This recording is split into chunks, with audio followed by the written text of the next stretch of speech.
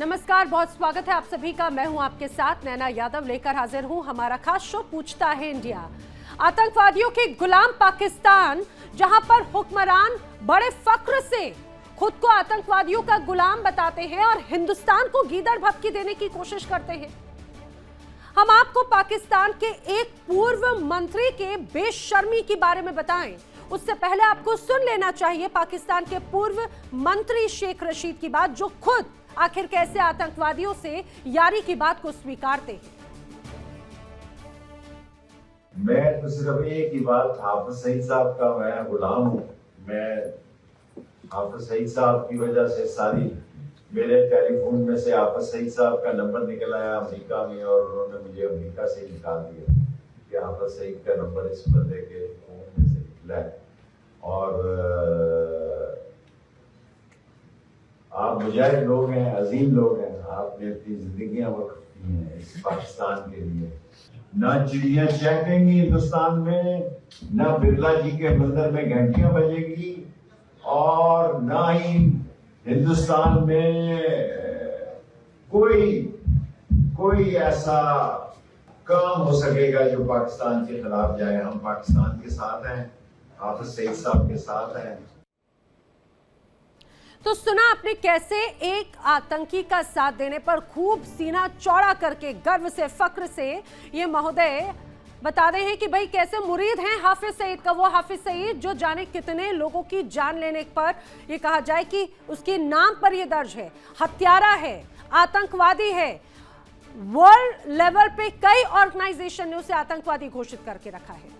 ये जो व्यक्ति, जिन जनाब को आप सुन रहे थे, ये थे शेख रशीद। उनका बेशर्मी वाला बयान, ये पूरा मामला क्या है आपको बताती हूँ। दरअसल जो शेख रशीद हैं, पाकिस्तान के पूर्व मंत्री रहे।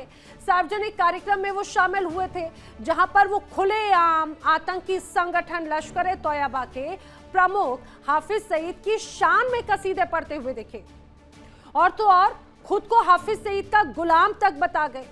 बड़ी शान से उन्होंने कह दिया कि उनके फोन में हाफिज सईद का नंबर था। उन्हें अमेरिका से निकाला ही इसीलिए गया क्योंकि हाफिज सईद से उनका संपर्क था। इतना ही नहीं, उन्होंने भारत को गीदड़ भभकी देने की कोशिश की।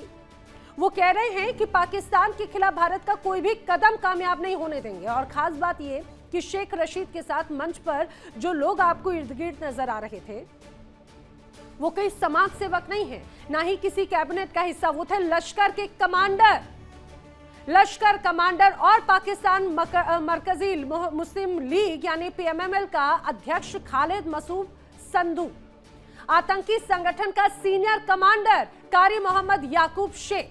ये सभी लोग उस दौरान मंच पर मौजूद थे। क्या आप जानते हैं कि खुद को बड़ी बेशर्मी से हाफिज सईद का गुलाम बताने वाली ये जनाब शेख रशीद आखिर कौन है? शेख रशीद आवामी मुस्लिम लीग के संस्थापक। वो इमरान खान की सरकार में 2020 से लेकर 2022 तक पाकिस्तान के गृह मंत्री के तौर पर पद पर रहे हैं।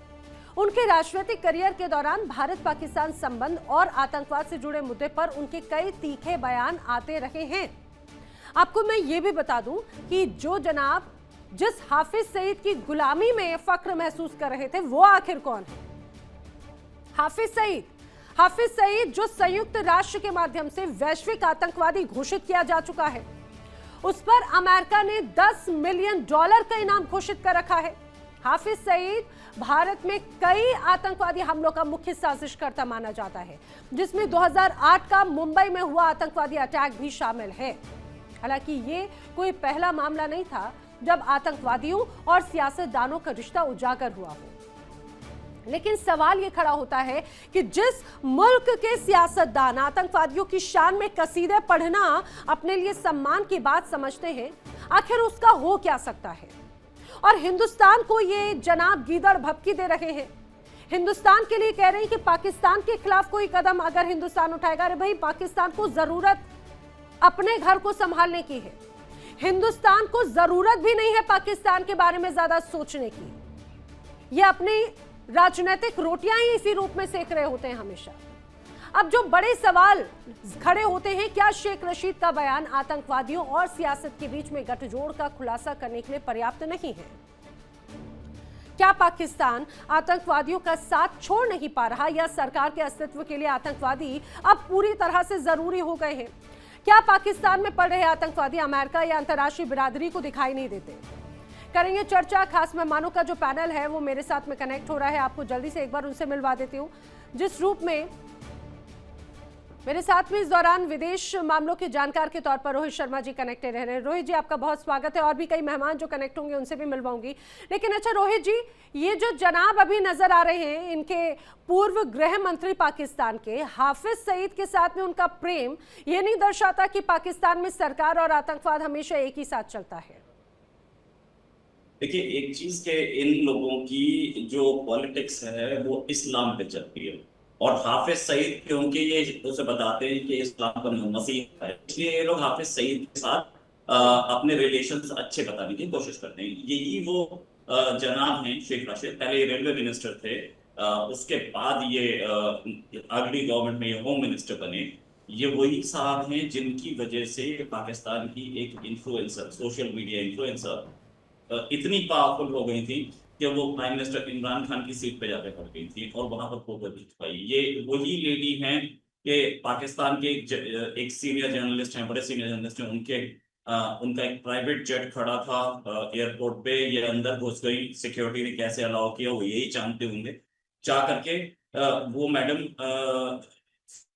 सीनियर जर्नलिस्ट मुबाशिर लुकमान उनके प्राइवेट जेट में जाके बैठ गई थी।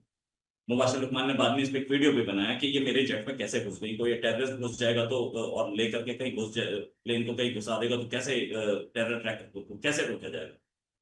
ये साहब वही हैं जो कश्मीरी टेररिस्ट के साथ खड़े रहे हैं, और कश्मीरी एक वीडियो अवेलेबल है, कश्मीरी टेररिस्ट हैं, कश्मीरी टेररिस्ट बोल रहा है कि ये कैंप चलाते थे और उस कैंप में कई लड़कों की ट्रेनिंग हुई। तो पाकिस्तानी जो सीनियर एलिट है, ये उनमें से ये आर्मी के करीबी जाने जाते हैं। ये साहब जब एलिट आर्मी के करीबी हैं तो ये पावर में आते रहते हैं। बिल्कुल। ये हाफिज सईद को नहीं, ये कई टेररिस्ट को सपोर्ट करते हैं, और पाकिस्तान में ऐसे बहुत सारे पॉलिटिशियंस हैं जिनका अच्छे लिंक्स है। एक तो वहां से पैसा आता है, सबसे बड़ी चीज वहां से पैसा आता है, क्योंकि आतंकवाद के नाम पे या बोलें कि टेररिज्म के नाम पे, जिहाद के नाम पे बहुत सारे लोग मस्जिदों के बाहर 100 रुपए, कोई 1000 रुपए ऐसे डालता है। वो सारा पैसा यूज नहीं होता, वो सारा पैसा ये लोग खाते, और इन लोगों की अपने बड़ी बड़ी गाड़ियां उसी की मेहरबानी से आती हैं। दूसरा, ये है कैसे लोग, ये जितने भी ऐसे पॉलिटिशियंस हैं जिनके लिंक्स हैं टेररिस्ट से, वो अपने काम निकलवाते हैं उनसे। टेररिस्ट के लिंक्स जो हैं प्राइम मिनिस्टर तक हैं, आर्मी चीफ तक हैं, तो वहां से ये लोग अपने बात करवाते हैं कि भाई मेरे को नेक्स्ट पोर्टफोलियो में ये मिलना चाहिए, नेक्स्ट उसमें कैबिनेट में ये पोर्टफोलियो चाहिए। होम मिनिस्टर एक ऐसी रैंक है जो आर्मी के सबसे करीबी आदमी को होती है। इस समय जो होम मिनिस्टर हैं वो भी आर्मी के सबसे करीबी उनमें से। सोचने की बात है। सर, यही तो बात हो जाती है, ये जो कनेक्शन से जो तस्वीरें सामने आती हैं यही बड़ा सोचने पर मजबूर कर देती हैं। वेल, दो और खास मेहमान मेरे साथ कनेक्ट हो चुके हैं। मेरे साथ में अनुज माथुर जी कनेक्ट हो चुके हैं, रक्षा विशेषज्ञ के तौर पर मेजर जनरल। आपका बहुत स्वागत है सर। साथ ही साथ पाकिस्तान से भी मेरे साथ में खास मेहमान कनेक्ट हो रहे हैं। पाकिस्तान से यूट्यूबर बाशित अली भी मेरे साथ में कनेक्टेड हैं, और रजा काशिफ जंजवा भी भू राजनीतिक विशेषज्ञ के तौर पर मेरे साथ में कनेक्ट हो रहे हैं। आप सभी का बहुत स्वागत है। बाशित अली साहब, मैं आपसे जानना चाह रही हूँ, ये जो आपके पाकिस्तान के पूर्व गृह मंत्री रहे हैं, वो कह रहे हैं कि भाई हाफिज सईद तो मेरे बड़े खास हैं, मैं उनका बड़ा खास हूँ, मैं उनका गुलाम हूँ, वो मेरे लिए आदर्श है। मैं अगर हिंदी में शब्दों को अगर दर्शकों को समझाऊं तो ये क्या दर्शा रहा है? एक आतंकवादी अगर वो उसको लेकर इतना ज्यादा खुश होने के साथ में अपनी बातों को बताते हैं, क्या अब आतंकवादी पाकिस्तान में सेना के लिए या सरकार के लिए इतना ज्यादा जरूरी हो गए हैं क्या?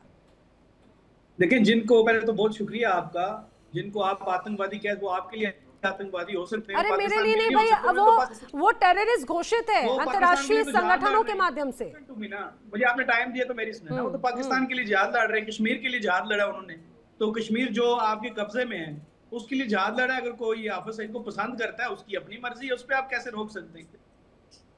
अब पाकिस्तान साइड से, आप इंडिया से भी बहुत से टेररिस्ट हैं, आपके लोग यहाँ से जो पकड़े गए हम उन्हें टेररिस्ट हम फिर भी नहीं कहते, हम कहते हैं अपने मुल्क के लिए काम कर रहे हैं, इट्स ओके।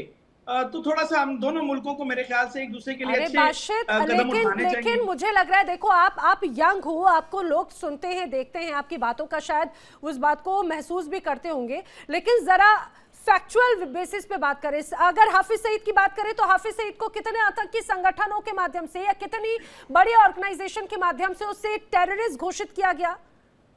मानते हैं इसे?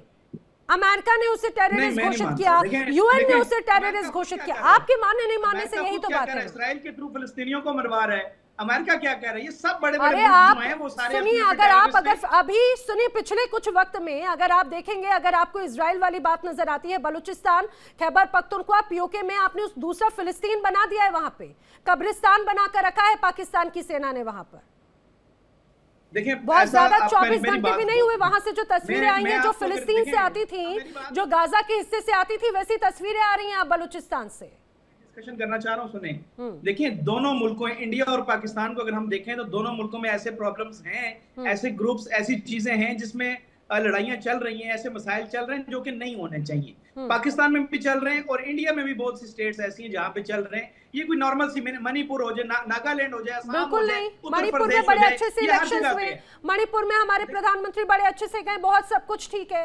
ये आप लोगों ने हवा बनाने की कोशिश की। ये सब पॉलिटिकल। देखिए मैं आपको आज एक मैसेज देता हूं कि आए दोनों मिल्क, हम जो पाकिस्तान इंडिया है, हम अगर इकट्ठे होते हैं, हम दोनों एक दूसरे से दोस्ती प्यार का रिश्ता अगर बनाते हैं तो हम तो दुनिया की सुपर पावर बनेंगे। हम एक दूसरे से लड़ सास बहू की तरह हम लड़ते ही रहते हैं, हर वक्त हमारी एक दूसरे से पढ़ाई है, लड़ाई है, फसाद ही है।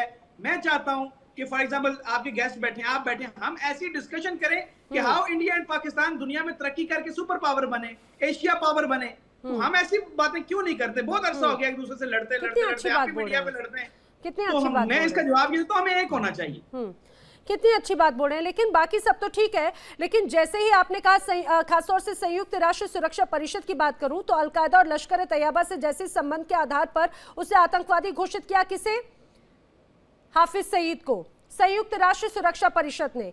संयुक्त राज्य America, United state of America ने स्पेशली डेजिग्नेटेड ग्लोबल आतंकी घोषित किया है, $10 मिलियन का इनाम घोषित किया है। आपके मानने नहीं मानने से कोई फर्क नहीं पड़ता ना, आपको तो कोई आतंकवादी नजर नहीं आता। अभी सुनिए ना, आप क्या जो प्रोटेस्ट करने जा रहे हैं आप उन्हें आतंकवादी करार दे देते हैं।